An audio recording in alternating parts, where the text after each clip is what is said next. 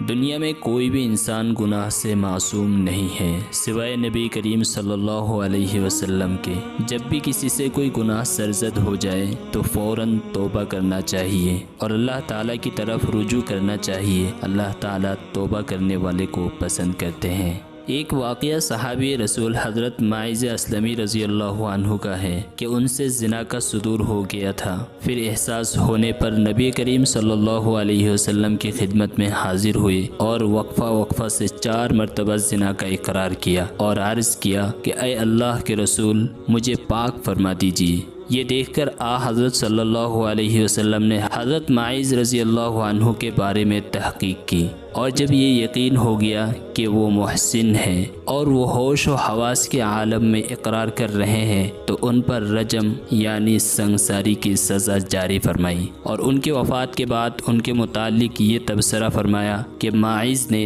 ایسی توبہ کی کہ اگر اسے پھیلا دیا جائے تو ایک بڑی جماعت کو کافی ہو جائے۔ اسی طرح ایک شادی شدہ غامدی عورت نے بھی برائی کا اقرار کیا جبکہ وہ حاملہ تھی، تو آپ صلی اللہ علیہ وسلم نے بچے کی پیدائش اور زمانہ رضاعت تک اس پر سزا جاری کرنے میں تاخیر فرمائی، اور جب اتنا بڑا ہو گیا کہ بغیر ماں کے زندہ رہ سکے تو اس پر رجم کی سزا جاری کی اور وفات کے بعد اس کی جنازہ کی نماز پڑھائی۔ اور جب حضرت عمر رضی اللہ عنہ نے اس کی نماز جنازہ پر تعجب کا اظہار کیا تو آپ صلی اللہ علیہ وسلم نے فرمایا یقیناً اس عورت نے ایسی توبہ کی جو مدینے کے 70 لوگوں کے لیے کافی ہے، اور اس سے افضل توبہ آپ کہاں پائیں گے کہ اس نے بخوشی اللہ کی رضا کے حصول کے لیے گناہ کا اقرار کر کے اپنی جان پیش کر دی۔ ان واقعات سے جہاں احکام رجم کا اجرا ہوا وہیں یہ بھی ثابت ہوا کہ سزا کے جاری ہونے کے باوجود مجرم کی تذلیل اور اس پر طعن و تشنیع نہیں کی جا سکتی،